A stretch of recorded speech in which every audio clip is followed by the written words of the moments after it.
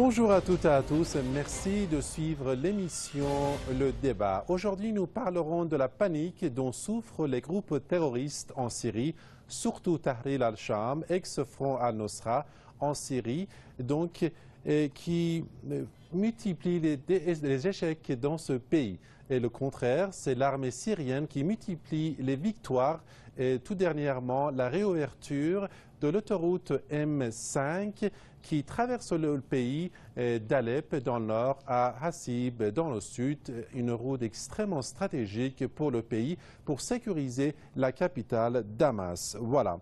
Alors l'unité fait la force et les terroristes le savent aussi. Et justement, ces derniers ont appelé à l'unité tous les groupes terroristes pour faire face à l'armée syrienne sur différents fronts. Heureusement, sans résultat, car c'est l'armée syrienne qui, comme j'ai dit tout à l'heure, multiplie les victoires. Voilà. Alors, chers amis, je vous invite tout de suite à suivre un reportage préparé par mes collègues. On sera avec vous juste après. Vous pourrez rester avec nous. Le groupe terroriste Tahrir al-Sham, ex-Front al-Nosra, a publié ce dimanche 8 juillet un communiqué dans lequel il a promis des attaques contre les positions de l'armée syrienne dans le nord de la province syrienne de Hama d'ici 48 heures. Depuis la libération du point de passage frontalier Nasib, il y a la panique à bord. Pourquoi? Selon l'IRNA, le commandement de Tahrir al-Sham a appelé dans ce communiqué les habitants des régions du nord de la province de Hama à quitter les villes et villages. Mais pourquoi cette panique au sein des terroristes caïdistes de Tahrir al-Sham alors que le point de passage stratégique de Nasib, situé sur les frontières syriennes avec la Jordanie, vient d'être repris par l'armée syrienne? En effet, la libération du point de passage frontalier Nasib fait partie d'une stratégie de reconquête aux dimensions infiniment plus importantes que ce que laissent entendre les analyses de la presse mainstream. Avant que l'Occident ne déclenche la guerre contre l'État syrien en 2011, l'autoroute M5 qui traverse l'intégralité du pays d'Alep dans le nord à Nasib dans le sud était sillonnée par un flot ininterrompu de camions et de convois commerciaux. L'autoroute a été coupée en 2011 par les terroristes qui ont bloqué l'accès de cette route de 400 km de long aux entrées de Damas et de Homs avant d'en saisir des morceaux entiers en 2012. C'était bien la stratégie US-OTAN-Israël censée étouffer économiquement le gouvernement syrien. Cette autoroute traverse en effet les régions peuplées et les centres économiques du pays tout en mettant en rapport plus facilement les bases militaires plutôt que d'utiliser l'aviation ou des routes secondaires. La reconquête de régions autour d'Alep et près de Hama, plus au sud, a permis d'ouvrir la voie à de nouveaux gains sur l'autoroute qui a surtout aidé à sécuriser la capitale syrienne et ses environs. En effet, la M5 demeure le principal axe d'approvisionnement pour et depuis Damas. Tout près de la capitale, quelques 30 km d'autoroute passent par la Ghouta orientale et la banlieue sud, des secteurs sensibles libérés il y a 4 mois des mains des terroristes.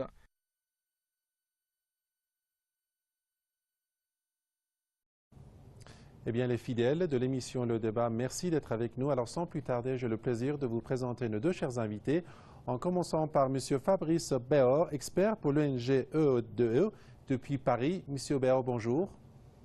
Oui, bonjour à vous, bonjour à vos téléspectateurs. Merci d'accorder votre temps à cette émission. Un grand bonjour à M. Pierre Dortiguier, expert des questions internationales et géopolitologue depuis Toulouse, en France. Merci. M. Dortiguier, bonjour. Bonjour monsieur, et bonjour à votre aimable invité et à nos auditeurs. Voilà, alors sans plus tarder, nous démarrons le débat. Alors ces jours-ci, chers amis, il est tout le temps question de la multiplication des victoires de l'armée syrienne contre les groupes terroristes donc en Syrie, qui ne cessent d'appeler à l'unité les différents groupes terroristes afin donc d'attaquer l'armée syrienne, heureusement sans résultat. Monsieur Béor, votre introduction, je vous prie.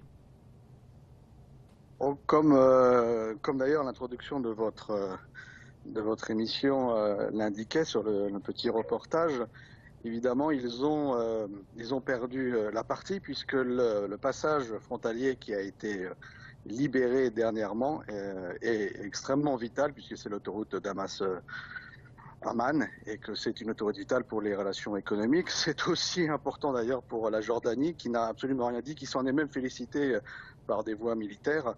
Ils sont également soulagés de cette épine dans le pied a été retirée et cela démontre également que la coordination des forces militaires et des amis de la Syrie sur place a des conséquences positives puisque aujourd'hui, effectivement, les différents groupes terroristes, quels qu'ils soient, sont aujourd'hui acculés, tellement acculés qu'effectivement même des ennemis, des groupes qui se faisaient la guerre pour telle ou telle partie du territoire, puisque ce sont des groupes mafieux en général, et les territoires sont des sources de revenus pour eux. Aujourd'hui, on les voit tous les uns les autres appelés à l'unité. D'ailleurs, dans le sud syrien, on voit bien que nous avons aujourd'hui le reste d'Al-Qaïda avec ses ennemis locaux sont prêts à faire copain, allons-nous dire, pour faire face à l'armée arabe syrienne, mais aujourd'hui ils n'ont pas assez les forces, ils n'ont pas les forces disponibles pour lutter contre l'armée arabe syrienne dans le sud,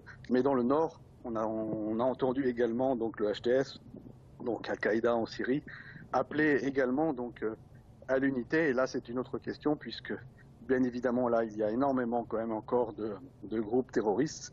Il y a la présence militaire turque aussi qui dans certains points il faut dire la vérité, donne des points d'appui à certains terroristes pour aller, ou le courage à certains terroristes pour aller affronter les lignes de l'armée arabe syrienne.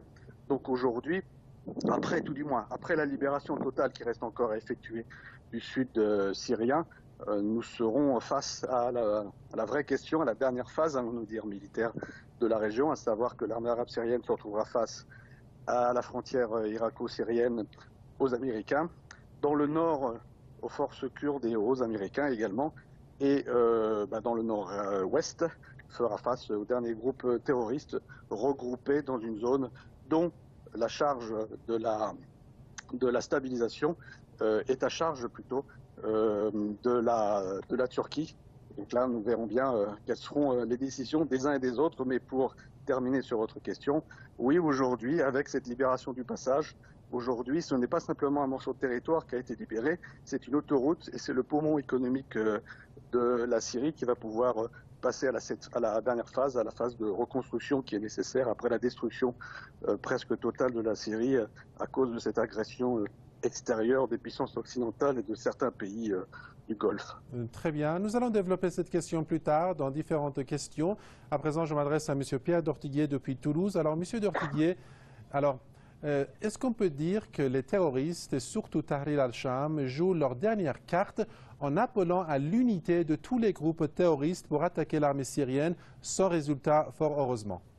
Oui, en effet, je crois que ce cri est un cri de désespoir et du reste, c'est un projet qui est utopique car ces groupes ne peuvent pas s'unir et obéir à une discipline commune entre eux parce qu'ils sont, disons, exercés au pillage et, disons, à des actions tellement désordonnées, arbitraires. Ils sont bien nourris, bien formés, bien, disons, équipés, mais n'ont absolument pas de visée, je dirais, de civilisation.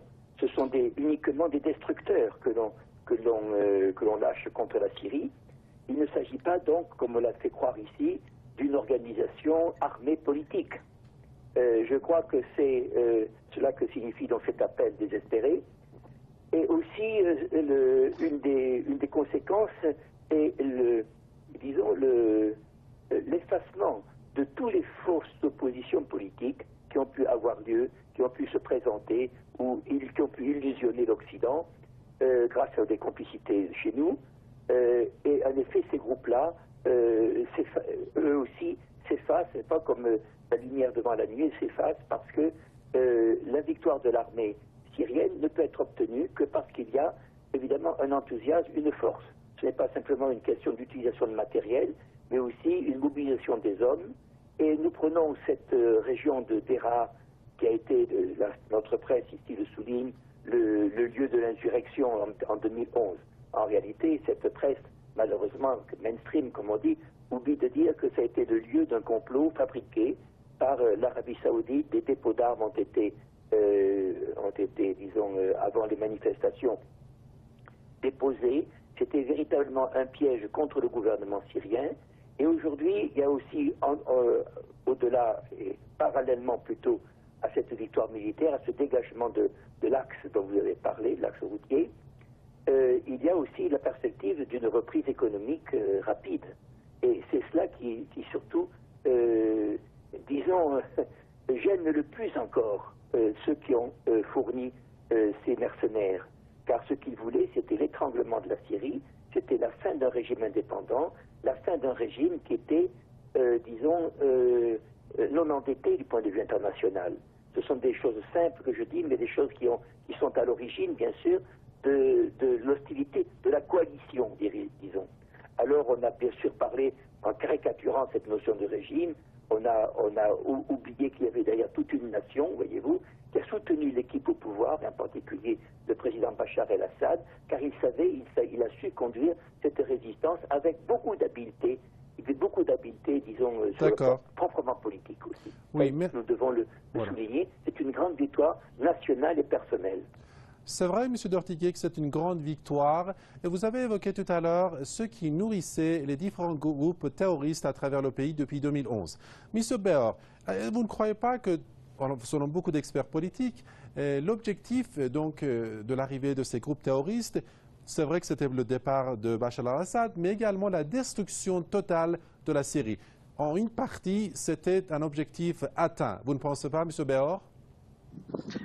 L'objectif premier était le renversement de Bachar al-Assad. Ça a toujours été un plan occidental, un plan américain en particulier, et qui a été réactualisé, quels que soient les présidents américains. Ils ont échoué une première fois parce qu'ils pensaient dans la foulée de l'Irak, ils pensaient faire la Syrie, mais bon, l'histoire a été autre, évidemment, comme toujours avec les Américains. Et puis nous avons eu également, donc à 2011, cette provocation, parce que si, et ça c'est aux Syriens d'en décider, il y avait des problèmes, ça peut toujours se résoudre dans le cadre d'un dialogue. Je rappelle quand même que dans la première période justement de cette agression, je vais revenir rapidement dessus, il y avait un gouvernement d'unité nationale dont certains ministres avaient fait de la prison auparavant en Syrie, et donc cela prouvait dès le début l'ouverture de Bachar el-Assad à un dialogue constructif entre Syriens du moment qu'on est patriote. Dans le cas précis, oui, que nous avons aujourd'hui la situation si les groupes terroristes qui ont été soutenus par le Qatar et par l'Arabie Saoudite, selon chacun des obédiences différentes. Aujourd'hui, toujours, l'Arabie Saoudite, le Qatar a, semble-t-il, un peu lâché prise. Pour autant, nous n'avons pas la victoire, effectivement, de ces groupes terroristes. C'est une question de temps et peut-être encore 1 ou 2 ans avant que tout soit purgé de la Syrie. Mais le résultat, comme vous l'avez indiqué, oui, c'est que la Syrie est détruite, nombreuses de ces villes. Rappelons que dans le nord, je suppose que dans le sud aussi, mais dans le nord, j'ai plus quand même d'informations, toutes les entreprises ont généralement été pillées et revendues à des hommes d'affaires turcs, faut-il le rappeler, hein, la frontière a été ouverte, même pour le pétrole de Daesh. Tout cela, le pays a été pillé, le pays a été détruit. Et aujourd'hui, effectivement, ça c'est une victoire et c'est la question suivante, quand la paix sera revenue, il faudra reconstruire. Et on voit bien les Américains et les Européens qui ne veulent pas, évidemment, mettre la main à la poche alors qu'ils sont responsables de ça. Et l'Arabie Saoudite, et bien évidemment, encore faudrait-il que l'Arabie Saoudite soit solvable le jour où elle pourrait, on va dire, réparer sa faute originelle. Mais effectivement, à l'heure d'aujourd'hui, la Syrie ne peut et ne pourra compter que sur ses alliés dans cette guerre antiterroriste, à savoir donc l'Iran et la Russie. Mais ça, c'est valable peut-être pour les gros projets d'infrastructure dans le pétrole et dans le gaz, bien évidemment, mais pour la petite économie, la macroéconomie, à cela, il manque effectivement énormément d'argent, oui. Et ce sera un problème. Mais c'est le but du jeu, c'est mettre hors jeu la Syrie de la scène internationale et d'affaiblir un ennemi d'Israël, puisque telle est la question, pas véritable, première, mais telle est la question d'aujourd'hui qui se pose quand on voit le ballet diplomatique de Netanyahou à droite et à gauche. Merci. Monsieur Tortiguier depuis Toulouse. Alors, Monsieur Béor met beaucoup l'accent sur la réouverture de l'autoroute M5 qui va permettre à sécuriser le pays et va permettre sans doute à la reconstruction de tout le pays.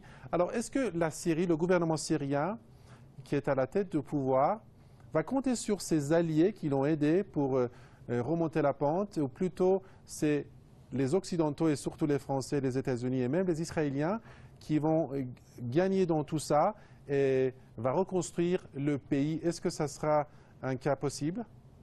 Ah oui, oui, en effet. D'abord, je précise en effet que M. Béor, que j'entends faiblement malheureusement, a raison de souligner en effet l'importance de cette réouverture. C'est une sorte de colonne vertébrale de la Syrie. Et elle tient tout le corps syrien. Et je pense que la reconstruction, de toute façon, de la Syrie a été bien sûr envisagée par, disons, les démolisseurs du pays, bien sûr. Ce n'était pas simplement, premièrement, ce n'est pas simplement ce qu'ils ont cherché. Ce n'est pas seulement une affaire de spéculation, de détruire un pays pour le reconstruire. Il y avait un objectif très important politique de la part des Israéliens en particulier, et surtout des Israéliens, de décapiter, si je puis dire, la résistance palestinienne.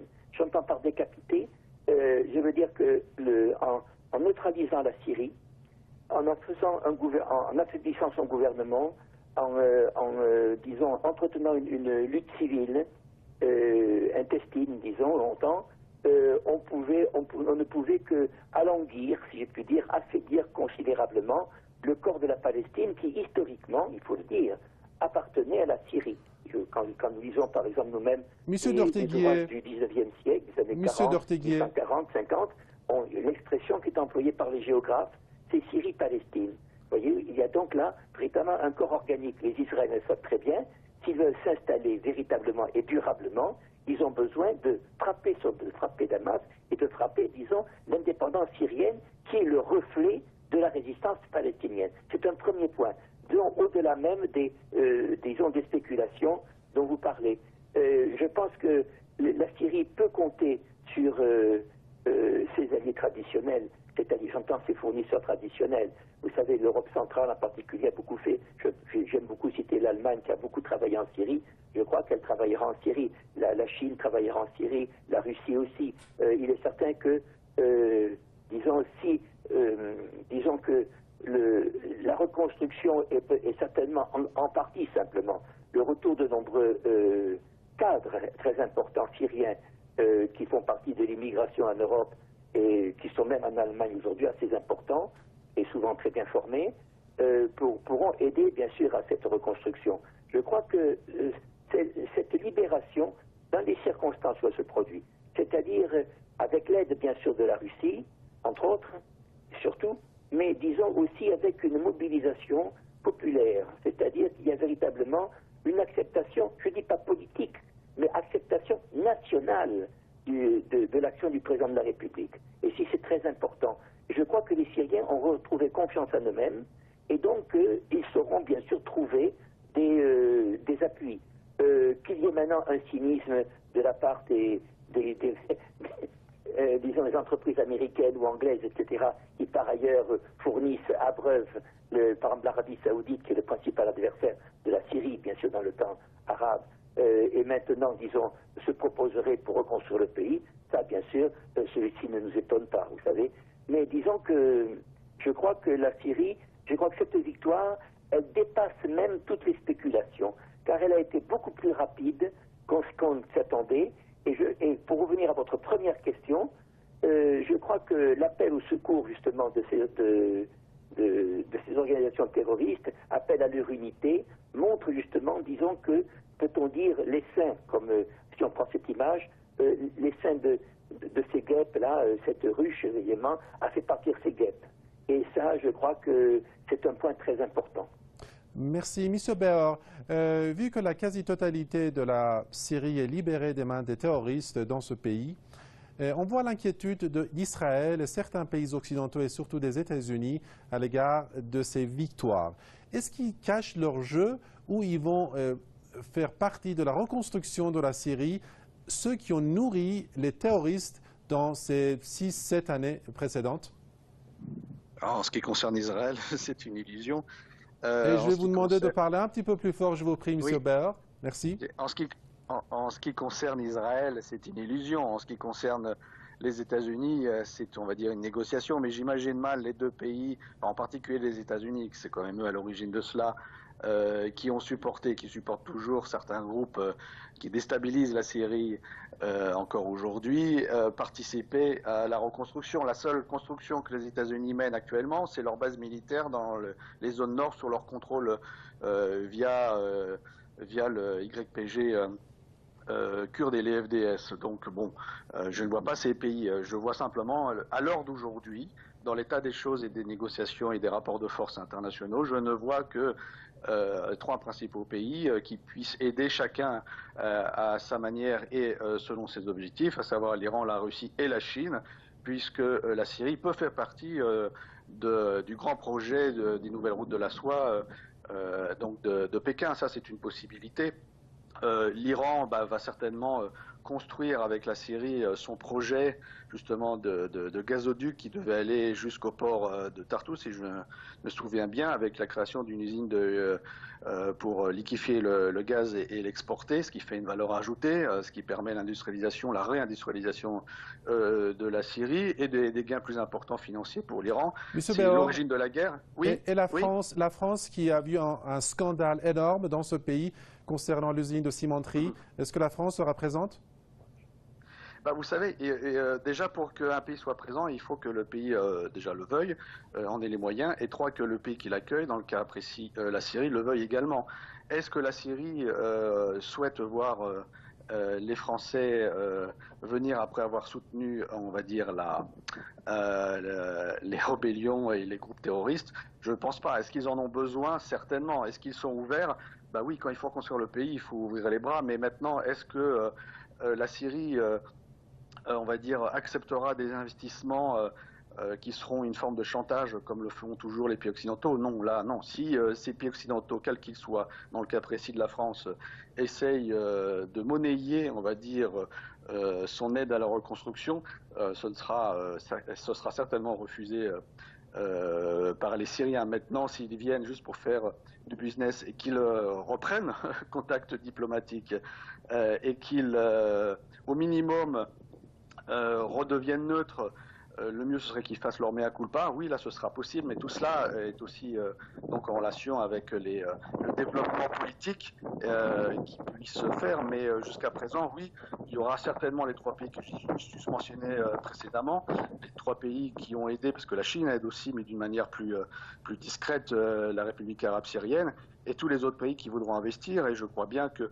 même certains pays européens le voudront bien, puisqu'aujourd'hui, en Europe, quel que soit le développement économique, tout est bon à prendre pour essayer de trouver une croissance en berne. Donc moi, pour la Syrie, oui, je pense que, pour répondre directement à votre question, la France pourra, tout du moins les entreprises françaises pourront y revenir, à condition que son gouvernement change de discours, redevienne neutre et reprenne langue directement avec la République arabe syrienne, puisque jusqu'à présent, même si Macron a soi-disant changé de discours, il a quand même traité plusieurs fois Bachar Assad de dictateur et reconnaît toujours ce pseudo-gouvernement syrien en exil comme ils ont dit, le gouvernement légitime du peuple syrien jusqu'à présent. Il faut qu'il revienne au droit international et puis il revienne au rapport de force actuel. Il n'y a qu'un gouvernement, c'est le gouvernement de la République arabe syrienne qui est à Damas et qui a comme président Bachar el-Assad. Oui, merci beaucoup. D'où donc la politique de deux poids, deux mesures de la part du gouvernement français. Merci, M. Beor.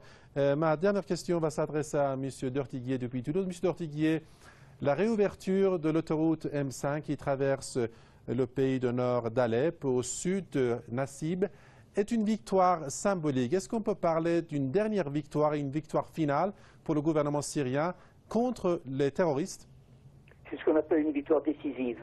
La victoire finale, évidemment, serait dans l'élimination complète du banditisme, du terrorisme. Mais c'est une victoire quand même décisive. Et disons qu'elle a un côté donc irréversible. C'est-à-dire qu'on ne peut plus maintenant craindre, du point de vue syrien, qu'il y ait, disons, une offensive de ces mercenaires qui n'aurait pas du tout le soutien de la population. Car ce qui est très important, c'est que la population puisse toucher du doigt, justement, l'existence d'une libération. C'est-à-dire, elle voit ce qui a été possible, ce n'est pas du tout, disons, une espérance maintenant c'est véritablement un point de départ.